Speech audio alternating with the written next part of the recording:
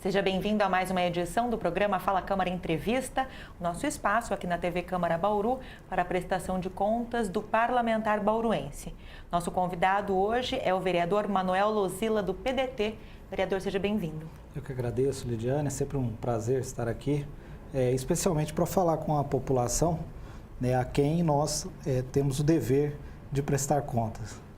Vereador, começar falando sobre os trabalhos realizados pela Comissão de Obras, Transporte, Serviços Públicos e Habitação aqui da Câmara de Bauru, da qual você é presidente, que vem discutindo a regulamentação do serviço de transporte por aplicativo na cidade. Um projeto, um formato, um texto inicial de um projeto de lei enviado pelo Executivo vem sendo discutido, a expectativa de uma atualização nesse texto, nessa proposta, mas quais são os principais entraves do projeto inicial? Na realidade, há necessidade de uma discussão a respeito de uma regulamentação, em virtude até de que isso é uma novidade em nível nacional, em nível mundial. Os aplicativos eles vieram para se tornar uma realidade, para fazer parte dessa circulação de pessoas, desse transporte.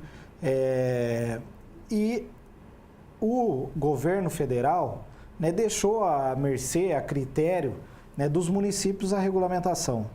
Então, com isso, obviamente, existiu um conflito inicial de interesses, bom se lembrar, entre os taxistas e aqueles condutores de aplicativos, como, por exemplo, a Uber, Cabify, etc. E para que houvesse uma conciliação, para que houvesse um modelo que pudesse atender tanto aos interesses dos motoristas de aplicativos quanto os taxistas, e ambos pudessem seguir com o trabalho, servir-se deste trabalho para sustento da sua família, decidiu-se por bem, e o prefeito assim posicionou quando da primeira ocorrência da chegada da Uber na nossa cidade, se posicionou pela regulamentação. A regulamentação está em andamento, porém, ainda não temos uma minuta definida. Então, a Comissão de Obras decidiu por bem encontrar alguém que pudesse representar os motoristas de aplicativo. Encontramos o Cláudio, e ele veio até a Câmara Municipal trazendo algumas sugestões que devem ser observadas e que para eles são importantes, segundo o representante desses motoristas da Uber em Bauru, será importante para eles constarem da regulamentação, como, por exemplo, a quantidade, talvez a limitação de motoristas de aplicativo na cidade, para que isso possa, de fato, render um pouco mais aqueles que se dedicam a esse trabalho, como, por exemplo, haver a identificação do veículo de Uber, para que as pessoas saibam que aquele veículo está sendo utilizado como meio de transporte, de aplicativo, dentre outras necessidades que eles colocaram e que nós, através da Comissão de Obras, de Serviço, Transporte e Habitação, estamos direcionando tais sugestões ao prefeito municipal para que possa se utilizar no texto final da regulamentação. Vereador, a categoria dos taxistas é submetida à cobrança de taxas, tributos, e existe uma reivindicação para que os motoristas de Uber, de transporte individual, por exemplo, sejam submetidos também ao pagamento dessas taxas, que é o TUF, taxa da Endurbe. Qual é a perspectiva nesse sentido? Exatamente. Na verdade, os taxistas eles também são isentos de ISS, e eles recolhem a TUF, que é uma vez por ano, é anual, e uma taxa da Endurbe. Salvo engano, a TUF gira em torno de R$ 150 e a taxa da Endurbe em torno de R$ 60. Então, é algo que eles pagam ao município e, por certo, também pedem que essa contribuição seja feita pelos motoristas de aplicativo. Então, isso também foi pauta da nossa reunião. Agora, existem também outras demandas que envolvem a questão de segurança dos passageiros, não é? Que se utilizam aí do serviço do Uber e do transporte por aplicativo, e algumas regras com relação à circulação desses automóveis, desses carros na cidade. A proibição de que circulem carros com placas de outras cidades, a obrigatoriedade das cadeirinhas. Quem ficaria responsável pela fiscalização do cumprimento dessas regras? Pois então, a ideia é que o órgão regulador de trânsito da cidade, a Endurb, né, fique responsável por essa fiscalização e por esse direcionamento. Mas tudo isso, obviamente, o prefeito vai atender e vai colocar em pauta, né? Há necessidade também, né, de um canal de denúncia, né? Então, precisa se criar um canal de denúncia, porque se alguém estiver infringindo a norma, até mesmo do aplicativo, né, porque houve e veio à tona em nossa reunião que pessoas se utilizam do aplicativo, mas depois que ganham a clientela, né, distribuem lá um cartão pessoal e fazem, né, uma viagem particular, privada, paga, né? Isso é considerado como clandestino, né? Não está através do aplicativo e não está também através da atividade de táxi. Então isso, como que se vai se denunciar, né? O canal de comunicação, né? Como você disse, hoje os táxis eles levam crianças, né? Sem levar multas, né, de trânsito, como os Ubers também teriam essa possibilidade, enfim, alguma série de situações que precisa ser bastante ainda discutida. É por isso que nós demos um passo inicial e certamente, se o prefeito assim fizer para o projeto de lei, nós, mesmo que não fizer, antes até de um decreto dele, a gente pretende fazer uma audiência pública para ouvir mais e aí sim pretendemos com o texto e a minuta final do decreto ou do projeto de lei, que eu acho mais viável, que vem através de um projeto de lei.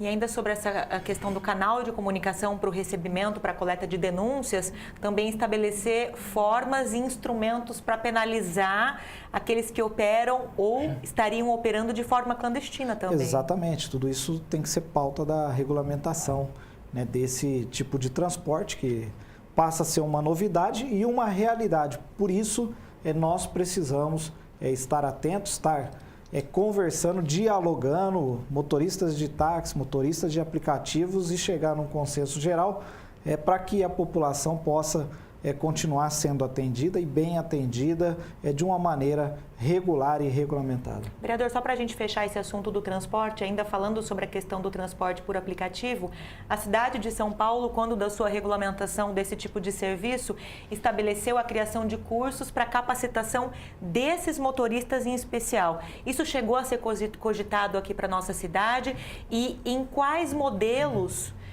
e municípios, né, vocês têm se baseado, têm estudado para tentar, de repente, auxiliar a nossa formatação das regras? Assim, na verdade, falou-se que, por exemplo, o curso de atendimento, né, da Uber é através do aplicativo, um videozinho lá e tal, então isso foi pauta da reunião. Mas a gente, né, na verdade, o prefeito é Endurb, né, nós não temos ainda ciência de quais cidades eles estão utilizando como parâmetro, mas nós temos estudado, cidade de Cuiabá, né, outras cidades, Marília, Campinas e outras que vêm trabalhando já essa questão da regulamentação. Então, a gente vai se utilizar naquilo que for de melhor conciliação entre os taxistas, a equipe do Uber, né, os motoristas de Uber, o Cabify, 99, para que a gente possa, enfim, ter um atendimento legal à população aqui de maneira satisfatória também para quem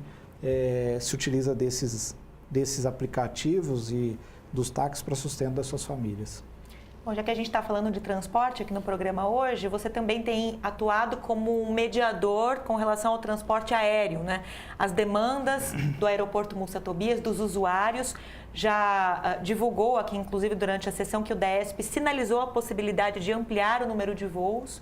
E isso vai ao encontro do anseio dos usuários, dos passageiros do nosso aeroporto. Mas existe interesse por parte das companhias aéreas de ampliar esse número de voos? Exatamente. Esse é o segundo passo e que nós estamos tentando a todo custo viabilizar as agendas com as empresas aéreas, no sentido de mostrar para ela, né, que o povo bauruense, né, que os empreendedores bauruenses, as empresas e aqueles que tomam serviço na nossa cidade necessitam sim de um deslocamento, e esse deslocamento de outras cidades para cá e daqui para lá, para as capitais, né, seja via aérea. Então, a fase agora é de tentar de confirmação das agendas com as empresas aéreas, para que elas também possibilitam. Eu já senti uma sinalização positiva desse movimento quando, por exemplo, salvo engano, foi a Azul, anunciou que em janeiro, né, no período de férias, vai fazer voos direto de Bauru para Porto Seguro.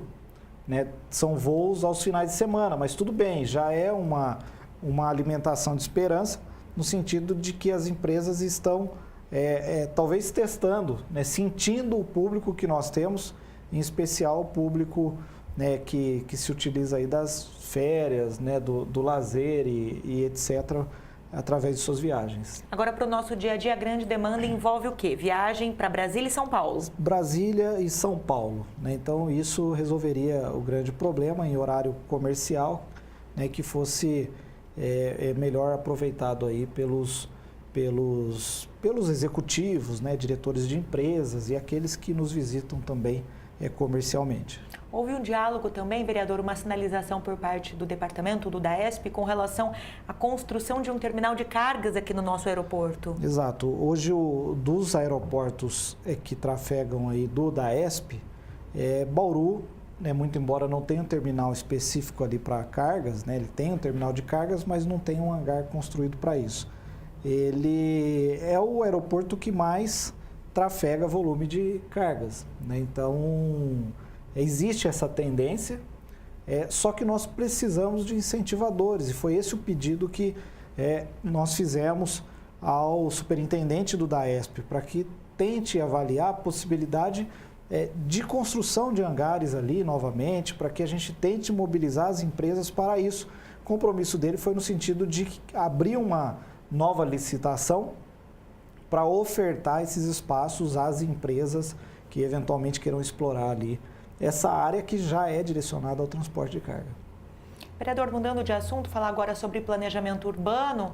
Não é baixo o número de reivindicações e cobranças aqui na Câmara com relação à necessidade de a Prefeitura enviar à Câmara, já com prazo vencido aí com relação, por exemplo, ao plano diretor participativo, mas a gente tem a cobrança também com relação à lei de zoneamento, a revisão da nossa lei de zoneamento, que é de 1982. Isso tem sido discutido, inclusive, junto com o Código de Obras, que foi aprovado ainda nesse ano, pela Comissão de Obras. Exatamente. Quais são os principais pontos? O Código de Obras, enfim, é uma parte da categoria, né, dos engenheiros, arquitetos, né, os técnicos em edificações, eles trouxeram a informação e o descontentamento com o atual Código de Obras, que é recente, né, foi colocado em vigência esse ano, e nós fizemos uma discussão muito ampla, né, fizemos uma audiência pública, né, outra parte da população e dos operadores,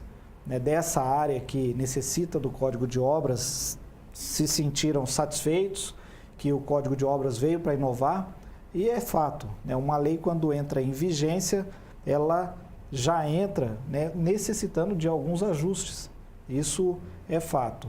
E o Código de Obras não é diferente, talvez vai ter que ter alguma mudança, alguma melhoria, etc., para facilitar, não facilitar, mas melhorar o prazo de aprovação. Mas isso foi acordado de que nós precisamos realmente agora sentar e trabalhar na lei de zoneamento no plano diretor. E isso vem com a finalização dos planos de manejo que estão em execução. Então, nós temos aí alguns planos de manejo que devem finalizar em um mês e já devemos entrar em 2019 falando e tratando desses ajustes e alterações da lei de zoneamento do plano diretor. Então, feito isso, certamente voltaremos ao Código de Obras, para que ele também tenha as adequações necessárias que eventualmente virão do plano diretor e da lei de zoneamento que serão atualizadas. Isso é natural, é assim que se caminha em conjunto todas essas leis. Essa foi inclusive uma grande reclamação de especialistas na área, né, com relação à forma como os projetos vêm sendo encaminhados. Eles partem de questões mais pontuais, mais segmentadas e não de questões macro. Então deveria, na avaliação deles, ter saído primeiro o plano diretor, lei de zoneamento, só depois então você faz a revisão do Código de Obras. Sim, sim. Essa é a sua avaliação também? Sim, mas enfim, como já está aí, né, nós precisamos agora buscar o melhor meio e o mecanismo de conseguir conciliar tudo isso, e certamente 2019 é o ano que isso deverá ser feito, né? Nós cobraremos o prefeito, Secretaria de Planejamento, para que isso tudo saia em 2019. Com relação à sua cobrança por conta da qualidade ou má qualidade aí da operação tapa-buracos, da massa asfáltica produzida aqui? Na verdade, não é nem qualidade, má qualidade, né? Eu fiz o apontamento porque no início do ano eu elogiei quando o tapa-buracos que era desenvolvido pela SEAR foi descentralizado e foi colocado nas secretarias regionais, né? Então, por exemplo, Vila Falcão, SEAR da Vila Falcão faz o tapa-buraco ali, a SEAR lá do Redentor faz lá, etc. Assim vai. Eu elogiei. Só que nas últimas semanas houve uma escassez de massa asfáltica e nos bairros começou-se a acumular buracos. Então, a minha reclamação era de que a Secretaria de Obras deveria continuar fornecendo massa asfáltica em quantidade suficiente para tapar os buracos, né? De maneira descentralizada nas respectivas regiões.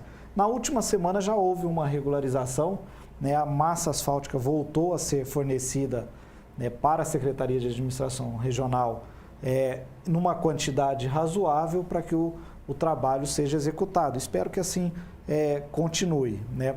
Mas, enfim, o que nós precisamos mesmo é um trabalho de recap, né?